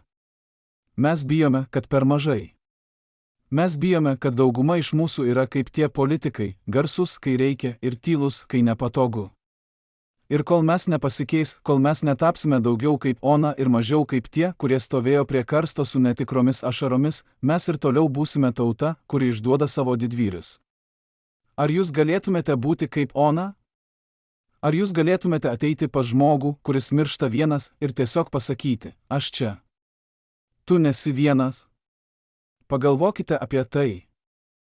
Nes galbūt šiandien kažkur yra kitas kernagis. Ir galbūt jums tereikia tik vieno žingsnio, kad jis nebemirtų tyloje. Bet ne visi buvo kaip Ona. Buvo ir kitų, kurie matė kernagio mirtį ne kaip tragediją, o kaip galimybę. Galimybę užsidirbti, galimybę išgarsėti, galimybę pasinaudoti tuo, kas liko po jo. Ir vienas iš tų žmonių buvo tas pats verslininkas, kuris padėjo kernagiui su operacija. Tas pats žmogus, kuris dabar valdo kernagio dainų teises ir uždirba iš jų daugiau per metus, nei pats kernagis uždirbo per visą gyvenimą. Po kernagio mirties prasidėjo tikras medžioklė už jo palikimą. Ne dvasinį, materialų. Kas valdys jo dainas? Kas gaus pinigus iš autorinių teisių? Kas turės teisę naudoti jo vardą komerciniais tikslais? Šie klausimai buvo sprendžiami ne teismuose, ne šeimos tarybose, jie buvo sprendžiami uždaruose kabinetuose tarp žmonių, kurie niekada nepažinojo Kernagio, bet puikiai žinojo, kiek jis vertas miręs. Vienas iš advokų, kuris dalyvavo tuose susitikimuose, dabar gyvena užsienyje, bet sutiko pakalbėti telefonu. Jo balsas šaltas, beveik mechaninis, lyg jis kalbėtų ne apie žmogų, o apie sandorį. Kernagio palikimas buvo sudėtingas. Jis turėjo skolų, bet taip pat turėjo vertingų turtų, dainų, kurios vis dar buvo populiarios. Klausimas buvo, kas turi teisę į tas dainas? Šeima tvirtino, kad jos. Bet buvo sutartis, kurią Kernagis pasirašė prieš mirtį, kur jis perdavė visas teisės tam verslininkui. Šeima tvirtino, kad sutartis negaliojanti, nes Kernagis buvo priverstas ją pasirašyti. Bet įrodyti tai buvo neįmanoma. Kodėl neįmanoma? Nes Kernagis jau buvo miręs, advokatas atsako. Jis negalėjo liudyti. O visi kiti liudytojai, tie, kurie buvo tame kambaryje, kai sutartis buvo pasirašyta, arba neprisiminė nieko, arba atsisakė kalbėti. Vienas iš jų net pasakė, aš ten nebuvau. Jūs klystate. Nors mes turėjome dokumentus, kurie įrodė, kad jis ten buvo. Bet be jo liudijimo mes negalėjome nieko padaryti. Byla tęsėsi 2 metus. Per tą laiką verslininkas toliau naudojo Kernagio dainas, pardavinėjo jas reklamoms, filmams, net politinėms kampanijoms. Viena iš Kernagio dainų buvo panaudota rinkimų reklamoje, tos pačios partijos, kurios nariai atsisakė padėti Kernagiui, kai jis buvo gyvas. Ar tai ne ironija? Ar tai ne paskutinis įžeidimas žmogui, kuris davė viską? Galiausiai byla buvo uždaryta. Teismas nusprendė, kad sutartis galioja. Šeima pralaimėjo. Verslininkas laimėjo. Ir nuo to momento visos Kernagio dainos, visos jo kūrybos teisės priklausė ne jo vaikams, ne jo žmonai, o žmogui, kuris niekada neparašė nė vienos eilutės, niekada nedainavo nė vienos gaidos, bet kuris mokėjo žaisti sistemą. Kiek jis uždirbo? Mes bandėme išsiaiškinti. Kreipėmės į autorinių teisių organizacijas, į buhalterius, net į mokesčių inspekciją. Niekas nenorėjo kalbėti. Bet vienas iš šaltinių, kuris prašė likti anonimiškas, mums pasakė, per pastaruosius 20 metų iš Kernagio dainų buvo uždirbta apie 500 000 eurų. Galbūt daugiau. Šeima gavo tik nedidelę dalį, apie 10%. Likusius 90% paėmė verslininkas. Tai teisėta? Taip. Tai moralu? Jūs spręskite patys. Bet istorija nesibaigia pinigais. Nes tas verslininkas ne tik uždirbo iš Kernagio, jis dar ir sukūrė savo įvaizdį kaip kultūros mecenato. Jis finansuoja koncertus, teatrus, net labdaros renginius. Ir visur jis kalba apie tai, kaip jis gerbia Kernagio atminimą ir kaip jis stengiasi išsaugoti jo palikimą. Bet kai mes paklausėme, ar jis bent kartą paaukojo pinigų Kernagio šeimai, atsakymas buvo ne. Nes sutartis aiški, visos teisės priklauso man. Ar tai nusikaltimas? Teisiškai ne. Moraliai taip. Bet moralė nedomina nei jo, nei sistemos, kuri leido jam tai padaryti. Sistema veikia pagal vieną taisyklę, jei turi gerą advokatą ir pakankamai pinigų, gali laimėti bet ką. Net žmogaus gyvybės darbą. Net jo atminimą. Bet yra dar vienas aspektas, apie kurį niekas nekalba. Tas verslininkas ne tik valdo Kernagio dainas, jis dar ir kontroliuoja, kaip jos naudojamos. Jis gali nuspręsti, kuri daina bus grota per radiją, kuri ne. Jis gali nuspręsti, kuri daina bus panaudota filme, kuri ne. Jis gali net nuspręsti, ar Kernagio dainos bus dainuojamos per protesto akcijas, ar ne. Ir jis naudoja tą galią. Vienas iš muzikantų, kuris norėjo įrašyti Kernagio dainos kaverį, mums pasakė, aš kreipiausi dėl leidimo. Man atsakė, kad leidimas bus duotas, tik jei aš sutinksiu pakeisti kai kuriuos žodžius. Aš paklausiau, kodėl. Man pasakė, nes dabartiniai žodžiai per daug politiški. Per daug politiški. Kernagio dainos visada buvo politiškos. Tai buvo jų esmė. Bet dabar kažkas nori jas padaryti saugias, neutralias. Tai nepagarba, tai cenzūra. Ar tai tiesa? Ar verslininkas tikrai cenzūruoja Kernagio dainas? Mes bandėme tai patikrinti. Kreipėmės į jį tiesiogiai, bet jis atsisakė kalbėti. Jo atstovas atsiuntė trumpą pranešimą: mano klientas valdo Kernagio kūrybos teises teisėtai ir naudoja jas pagal savo nuožiūrą. Bet kokie kaltinimai dėl cenzūros yra nepagrįsti ir šmeižiški. Bet faktai kalba patys už save. Per pastaruosius 10 metų kai kurios Kernagio dainos, ypač tos, kurios buvo dainuojamos per sąjūdžio mitingus, beveik išnyko iš viešosios erdvės. Jos nebegrojamos per radiją, nebedainuojamos per koncertus, net nebemokomas jų mokyklose. Ar tai sutapimas? Ar tai rinkos dėsniai? Ar tai kažkas daugiau? Mes nežinome. Bet mes žinome vieną: Kernagio dainos buvo ne tik melodijos. Jos buvo ginklai. Ginklai prieš tylą, prieš baimę, prieš sistemą, kuri nori, kad mes tylėtume. Ir dabar ta pati sistema kontroliuoja tuos ginklus. Ji nusprendžia, kada jie gali būti naudojami, o kada ne. Ir mes leidžiame tai daryti. Mes tylime, kai Kernagio dainos yra ištrinama iš mūsų atminties. Mes tylime, kai jo palikimas yra paverčiamas preke. Mes tylime, nes taip patogiau. Bet kol mes tylime, mes išduodame ne tik Kernagį. Mes išduodame save. Nes tos dainos tai ne tik jo palikimas. Tai mūsų palikimas. Tai mūsų laisvės himnas, mūsų kovos simbolis, mūsų tapatybės dalis. Ir jei mes leidžiame kam nors kontroliuoti tas dainas, mes leidžiame kontroliuoti mus pačius. Ar jūs pasiruošę tai sustabdyti? Ar jūs pasiruošę pasakyti: ne, Kernagio dainos priklauso ne verslininkui, o mums, tautai, kuri jas dainavo, kai reikėjo drąsos? Ar jūs pasiruošę kovoti už jo atminimą taip, kaip jis kovojo už mūsų laisvę? Pagalvokite apie tai. Nes jei mes nepradėsime kovoti dabar, netrukus nebeliks nieko, už ką kovoti. Ir tada mes būsime ne tauta, o tik minia, kuri kartoja svetimus žodžius ir dainuoja svetimas dainas. Bet yra viena paslaptis, apie kurią niekas nedrįso kalbėti viešai, net po 25 metų. Paslaptis, kuri saugoma taip pat atidžiai kaip valstybinė paslaptis, nors ji niekada nebuvo oficialiai klasifikuota. Tai yra paskutinis Kernagio testamentas, ne tas, kuris buvo perskaityta notaro kontoroje, o tas, kurį jis parašė savo ranka likus 3 dienoms iki mirties ir kurį rado tik vienas žmogus. Tas dokumentas niekada nebuvo perduotas šeimai, niekada nebuvo pateiktas teismui, niekada nebuvo paminėtas jokioje byloje. Jis tiesiog dingo. Bet mes radome žmogų, kuris jį matė. Ir tai, ką jis mums pasakė, pakeičia viską, ką manėme žinantys apie Kernagio paskutinės dienas. Tas žmogus, buvęs policijos tyrėjas, kuris buvo pašauktas į Kernagio butą tą lemtingą rytą. Jis dabar pensininkas, gyvena nuošaliame kaimelyje, toli nuo sostinės triukšmo. Kai mes jį suradome, jis iš pradžių atsisakė kalbėti. Aš daviau priesaiką, jis sakė.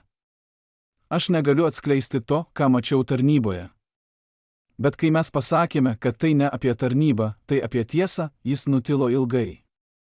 Paskui atsiduso ir pasakė: gerai. Bet tik todėl, kad aš nebenoriu nešiotis šios naštos.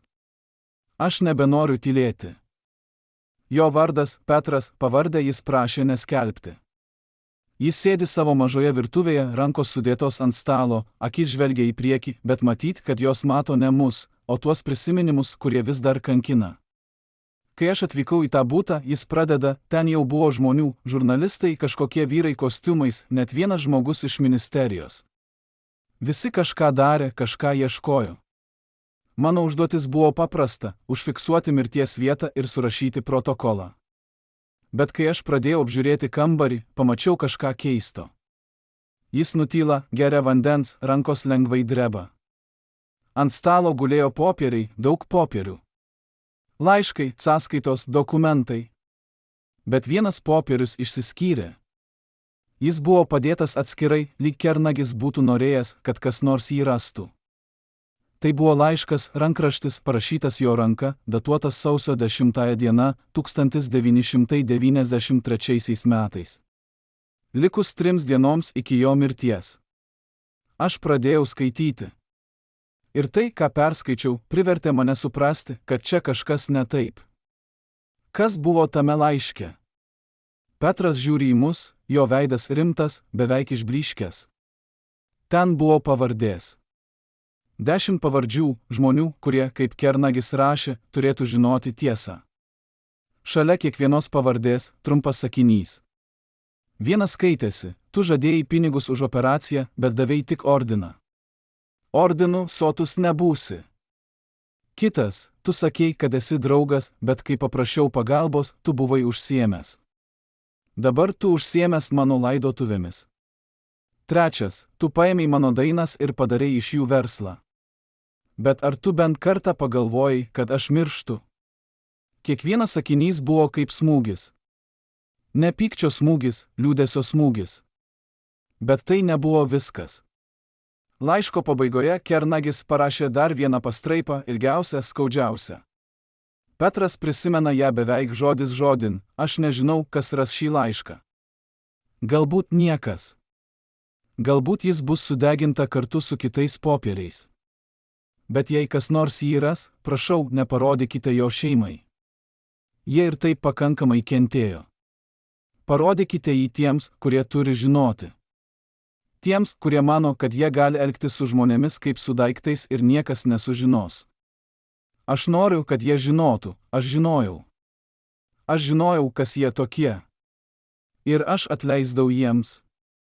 Ne todėl, kad jie to nusipelnė, o todėl, kad aš nebenoriu nešiotis neapykantos. Aš noriu mirti ramiai. Bet jie turėtų gyventi žinodami, kad jie nužudė ne tik mane. Jie nužudė idėją, kad tauta rūpinasi savo vaikais. Kai Petras baigė skaityti, jis pakėlė akis ir pamatė, kad vienas iš tų vyrų kostiumais stovi šalia jo. Jis paklausė, ką aš skaitau, Petras tęsė. Aš parodžiau laišką. Jis paėmė jį iš mano rankų, perskaitė ir pasakė: tai asmeninis dokumentas. Jis neturi jokios teisinės reikšmės. Aš pasakiau: bet tai gali būti svarbu šeimai. Jis pažvelgė į mane ir pasakė: šeima ir taip turi pakankamai problemų. Kam jiems dar daugiau skausmo? Ir tada jis sudėjo laišką į savo portfelį ir išėjo. Aš bandžiau protestuoti, bet mano viršininkas, kuris taip pat buvo ten, pasakė: Petrai, pamiršk. Tai ne tavo reikalas. Bet Petras negalėjo pamiršti. Jis bandė kelti šį klausimą vėliau, rašė raportą, kalbėjo su viršininkais, net kreipėsi į prokuratūrą. Niekas nenorėjo klausyti. Man pasakė, kad aš pernelyg įsivaizduoju, jis sako. Kad tai buvo tik laiškas, nieko daugiau. Kad Kernagis tikriausiai buvo emocionalus ir parašė jį impulso vedamas. Bet aš žinojau, kad tai netiesa.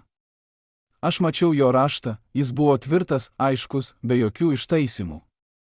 Tai nebuvo impulso veiksmas. Tai buvo apgalvotas liudijimas.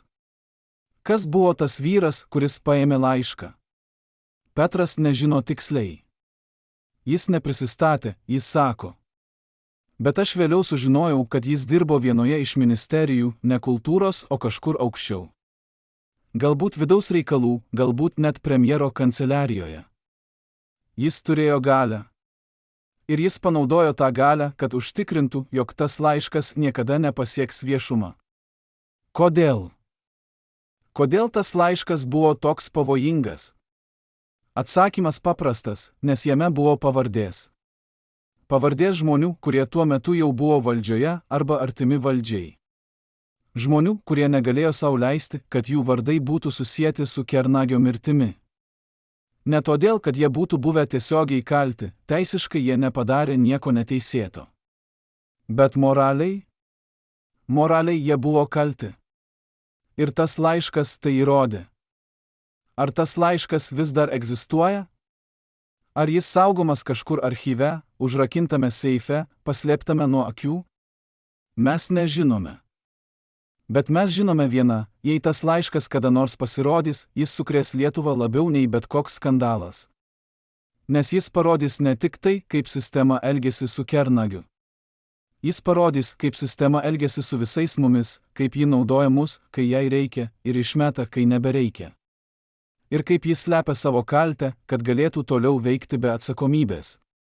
Ar jūs norite, kad tas laiškas būtų rastas?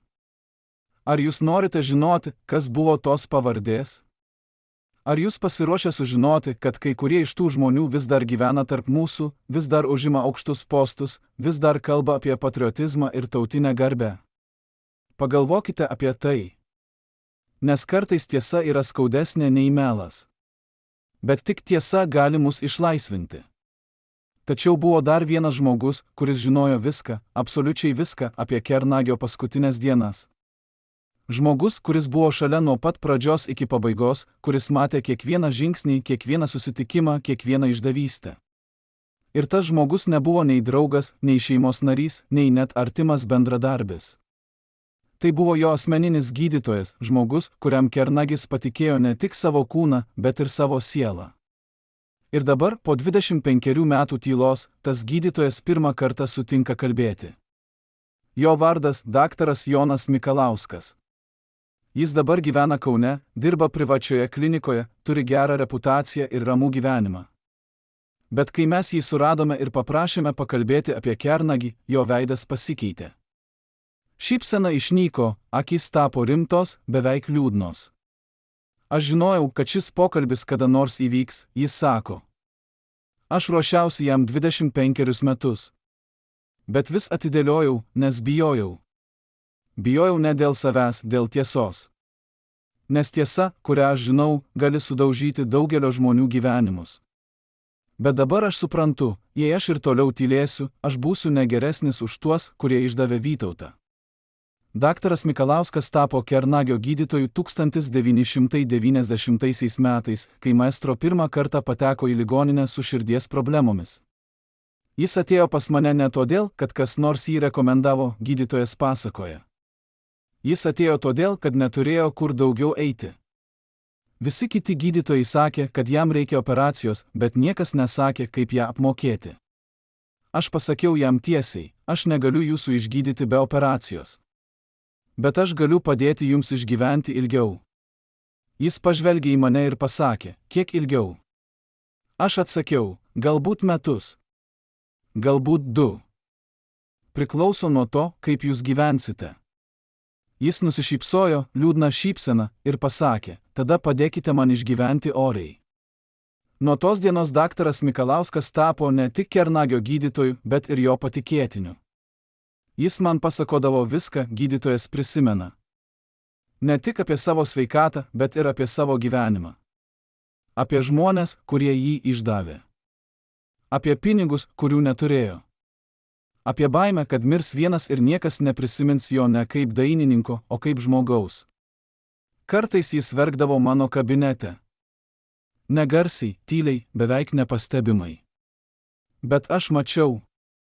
Ir kiekvieną kartą, kai jis verkdavo, aš jausdavau, kaip mano širdis plyšta. Bet daktaras Mikalauskas darė daugiau nei tik klausėsi. Jis bandė padėti. Aš kreipiausi į savo kolegas užsienyje, jis sako. Paklausiau, ar jie galėtų padaryti operaciją pigiau arba net nemokamai. Vienas iš jų, vokiečių kardiochirurgas, sutiko. Jis pasakė, jei tai tas Kernagis, apie kurį aš girdėjau, aš padarysiu operaciją už pusę kainos. Bet jam reikės atvykti į Vokietiją ir pasilikti ten bent 3 mėnesius reabilitacijai. Aš pasakiau Vytautui. Jis buvo laimingas, pirmą kartą per daugelį mėnesių aš mačiau tikrą šypseną jo veide. Bet paskui jis paklausė, o kaip su pinigais kelioniai ir gyvenimui ten? Ir aš supratau, kad net pusę kainos jam buvo per daug. Daktaras Mikalauskas bandė rasti pinigų. Jis kreipėsi į labdaros organizacijas, į verslininkus, net į savo asmeninius draugus. Aš surinkau apie 1/3 sumos, jis sako. Bet to neužteko. Ir tada aš padariau kažką, ko niekada nesu daręs, aš kreipiausi tiesiai į kultūros ministeriją. Parašiau laišką ministrui asmeniškai. Paaiškinu situaciją. Paprašiau pagalbos. Ir laukiau atsakymo 2 mėnesius. Kai atsakymas pagaliau atėjo, jis buvo standartinis, dėkojame už jūsų kreipimąsi. Deja, šiuo metu biudžete nėra lėšų tokio pobūdžio išlaidoms. Aš parodžiau tą laišką Vytautui. Jis perskaitė, sudėjo jį ir pasakė, matai? Aš jiems neberūpiu. Aš buvau naudingas, kai reikėjo dainuoti. Dabar aš tik problema. Po to Kernagis pasikeitė. Jis tapo tylus, užsidaręs, gydytojas prisimena. Jis nebeateidavo į reguliarius patikrinimus. Kai aš jam skambindavau, jis sakydavo, kam? Vis tiek nieko nepasikeis. Aš bandžiau jį įtikinti, bet jis nebesiklausė. Jis buvo pasiduodavęs. Ne fiziškai, moraliai. Jis nebetikėjo, kad kas nors gali pasikeisti. Ir galbūt jis buvo teisus. Paskutinį kartą daktaras Mikalauskas matė Kernagį likus savaitei iki jo mirties. Aš nuvykau į jo namus, jis sako. Jis gulėjo lovoje, vos kvėpavo. Aš pasakiau, Vytautai, jums reikia į ligoninę. Jis papurtė galvą. Kam? Kad ten miršiu tarp svetimų žmonių? Ne. Aš noriu mirti čia, savo lovoje. Aš bandžiau įtikinti, bet jis buvo užsispyręs. Tada jis paėmė mano ranką ir pasakė, Jonai, ačiū. Už viską. Tu buvai vienintelis, kuris tikrai bandė padėti. Bet dabar jau per vėlu.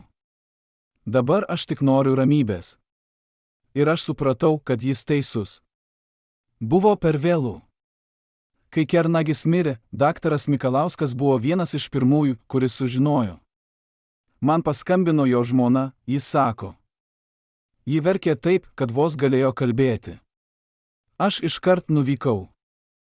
Kai pamačiau jį gulinti ten, tokį ramų, tokį palengvėjusi, aš supratau, jis pagaliau rado tą ramybę, kurios ieškojo. Bet kokia kaina?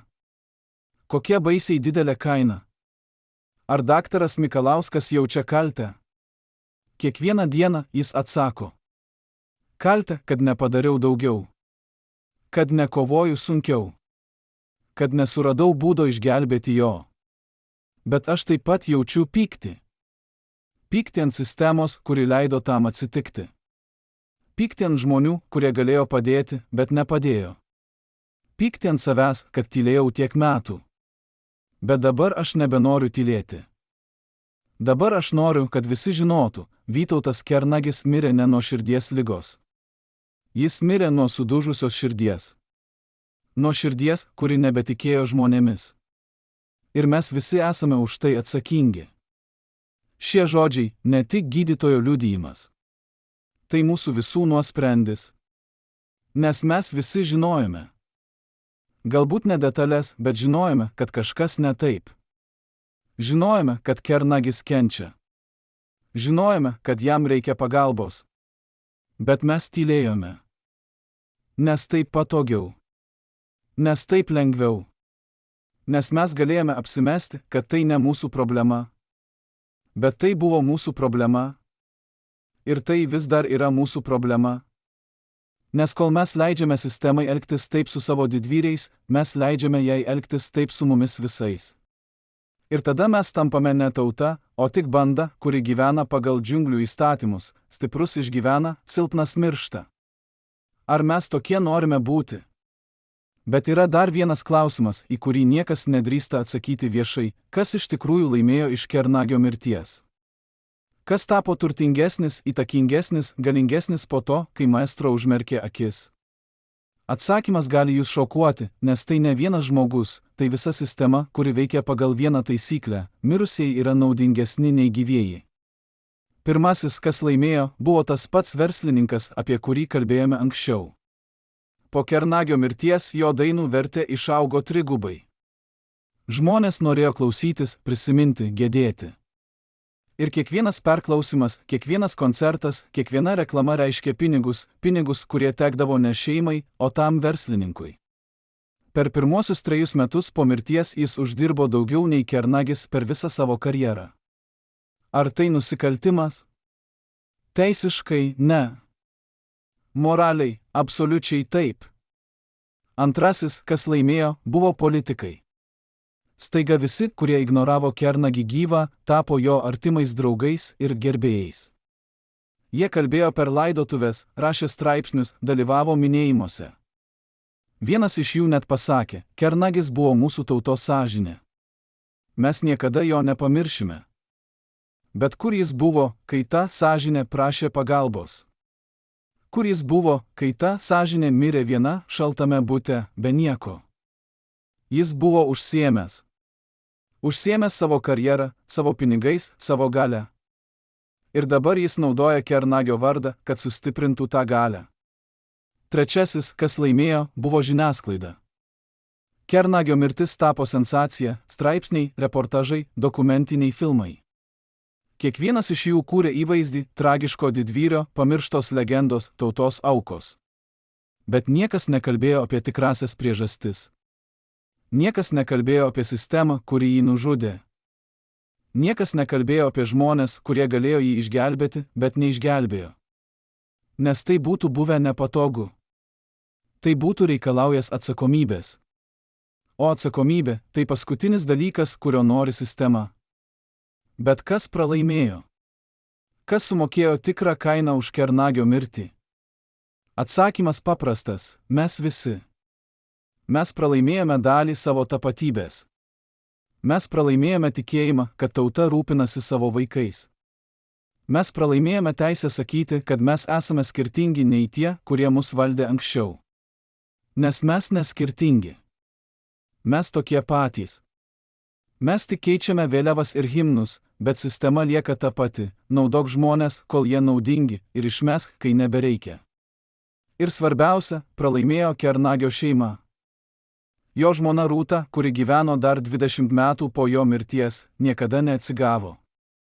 Ji gyveno tyliai, nuošaliame namelyje, vengdama viešumos, vengdama žmonių. Kai mes bandėme su ja susisiekti prieš 4 metus, ji atsisakė kalbėti. Bet jos kaimynė mums pasakė, ji niekada neatleidžia. Ne Vytautui, jis nepadarė nieko blogo. Ji neatleidžia tiems, kurie jį paliko. Ir ji neatleidžia savo, kad negalėjo jo išgelbėti. Rūta mirė 1999 metais, tyliai, be triukšmo, be laidotuvių su politikais. Tiesiog užmerkė akis ir išėjo. Galbūt pas Vytautą. Galbūt į vietą, kur nėra išdavysčių ir melo. Jų vaikai užaugo be tėvo. Jie girdėjo jo dainas per radiją, matė jo nuotraukas vadovėliuose, bet niekada neturėjo jo šalia, kai reikėjo. Vienas iš jų, sūnus Marius, vėliau pasakė interviu, aš didžiuojuosi savo tėvu. Bet aš taip pat jaučiu pyktį.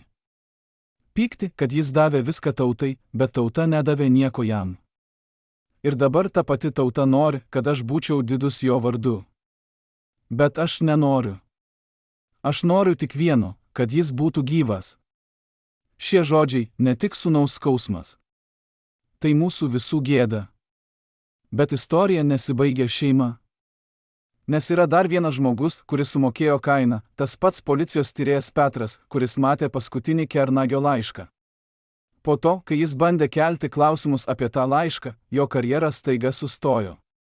Aš buvau perkeltas į kitą skyrių, jis pasakoja. Paskui į dar kitą. Galiausiai man buvo pasiūlyta savanoriška pensija. Aš supratau, tai buvo bausmė už tai, kad užduodavau per daug klausimų. Ir aš priėmiau. Nes aš žinojau, jei toliau kovosiu, aš pralaimėsiu ne tik darbą, bet ir viską. Dabar jis gyvena kukliai, su maža pensija, toli nuo visko. Bet jis neapgailestauja. Bent aš žinau, kad bandžiau, jis sako. Bent aš žinau, kad netylėjau. Ar yra dar žmonių, kurie bando netyleiti? Taip. Bet jų nedaug. Ir jie visi susiduria su ta pačia problema, sistema nenori klausyti. Sistema nori, kad mes pamirštume. Kad mes judėtume toliau. Kad mes nustotume užduoti nepatogius klausimus. Ir dauguma iš mūsų paklūsta. Nes taip lengviau. Nes taip patogiau. Nes mes bijome, kad jei pradėsime kovoti, mes pralaimėsime viską. Bet kas yra viskas? Darbas? Pinigai? Reputacija? Ar tai tikrai verta daugiau nei tiesa? Ar tai tikrai verta daugiau nei mūsų orumas? Pagalvokite apie tai. Nes jei mes ir toliau tylėsime, mes pralaimėsime ne tik kernagio atminimą. Mes pralaimėsime save. Šiandien praėjus daugiau nei 30 metų nuo kernagio mirties, jo vardas vis dar gyvuoja. Gatvės, mokyklos, koncertų salės, visi jie nešioja jo vardą. Politikai vis dar kalba apie jį kaip apie tautos simbolį. Žurnalistai vis dar rašo straipsnius apie jo didybę ir palikimą. Bet ar kas nors iš jų prisimena tikrąjį Vytautą Kernagį? Ne tą, kuris stovėjo scenoje su gitara, o tą, kuris sėdėjo vienas savo bute, skaičiuodamas pinigus vaistams. Ne tą, kuris dainavo apie laisvę, o tą, kuris prašė pagalbos ir negavo jos. Ne tą, kuris buvo simbolis, o tą, kuris buvo žmogus. Mes bijome, kad ne. Mes bijome, kad Kernagis tapo tik prekės ženklų, vardu, kurį galima naudoti, kai reikia, ir pamiršti, kai nebepatogu. Ir tai yra didžiausia tragedija. Ne jo mirtis, jo pamiršimas. Ne kaip dainininko, o kaip žmogaus. Bet yra viltis. Vilties, kad naujos kartos, jūs, kurie klausotės šio pasakojimo, nesikartotų tų pačių klaidų. Vilties, kad jūs nepaliksite savo didvyrių mirti tyloje. Vilties, kad jūs kovotumėte ne tik už jų atminimą, bet ir už jų orumą, kol jie dar gyvi. Nes tik tada mes galėsime pasakyti, kad mes tikrai esame tauta, o ne tik minė. Kas nutiko tiems žmonėms, kurie išdavė Kernagį? Dauguma jų gyveno ilgai ir laimingai. Vienas tapo ministru. Kitas – verslo magnatu. Trečias – kultūros mecenatu. Jie visi mirė savo lovose, apsupti šeimų, su garbingomis laidotuvėmis ir gražiais nekrologais. Niekas niekada nepaklausė jų, kodėl jūs nepadėjote Kernagiui. Niekas niekada neprisiminė jų išdavystės. Jie išėjo švariomis rankomis. Bent jau viešai. Bet ar jie išėjo švariomis sąžinėmis? Mes nežinome. Mes norime tikėti, kad ne. Mes norime tikėti, kad bent naktimis, kai niekas nematė, jie prisiminė tą žmogų, kurį paliko. Kad jie girdėjo jo balsą, prašantį pagalbos. Kad jie jautė kaltę. Bet galbūt ne. Galbūt jie tikrai tikėjo, kad padarė viską, ką galėjo. Galbūt jie tikrai manė, kad Kernagis pats buvo kaltas. Galbūt jie niekada nesupratos, ką padarė. Ir tai yra baisiausias dalykas. Ne tai, kad jie išdavė. O tai, kad jie niekada nesuprato, jog išdavė. Bet mes suprantame. Mes, kurie girdime šią istoriją. Mes, kurie žinome tiesą. Ir dabar klausimas, ką mes su tuo darysime? Ar mes ir toliau tylėsime? Ar mes ir toliau leisime sistemai veikti taip pat? Ar mes ir toliau pamirštame savo didvyrius, kol jie dar gyvi, ir prisimename tik tada, kai jau per vėlų? Ar mes galime pakeisti? Taip. Bet tik jei pradėsime dabar. Tik jei pasakysime, ne, mes nebenorime gyventi tokioje sistemoje. Ne, mes nebenorime būti tauta, kuri stato paminklus mirusiems, bet pamiršta gyvus. Ne, mes nebenorime būti tokie, kokie buvome. Ir tai prasideda nuo mažų dalykų. Nuo to, kad paklausime kaimyno, kaip jis jaučiasi. Nuo to, kad padėsime žmogui, kuris prašo pagalbos. Nuo to, kad netylėsime, kai matome neteisingumą. Nuo to, kad prisiminsime, kiekvienas žmogus, net tas, kuris atrodo stiprus ir garsus, gali būti vienišas ir bejėgis. Ir mūsų pareiga – būti šalia. Vytautas Kernagis davė mums savo balsą, savo dainas, savo širdį. Jis davė mums drąsą kovoti už laisvę. Bet mes nedavėme jam nieko. Tik ordiną. Tik gatvės pavadinimą. Tik tuščius žodžius. Ir dabar mes gyvename su ta gėda. Bet gėda gali tapti pamoka. Jei mes išmoksime iš jos. Jei mes nepamiršime. Jei mes pasakysime, niekada daugiau. Niekada daugiau mes nepalikime savo didvyrių mirti tyloje. Niekada daugiau mes neišduosime tų, kurie mums davė viską. Ar jūs pasiruošę tai padaryti? Ar jūs pasiruošę būti skirtingi? Ar jūs pasiruošę kovoti ne tik už atminimą, bet ir už teisingumą? Draugai, o kaip jūs žiūrite į Vytautą Kernagį? Ar jis buvo sistemos auka, ar pats kaltas dėl savo likimo?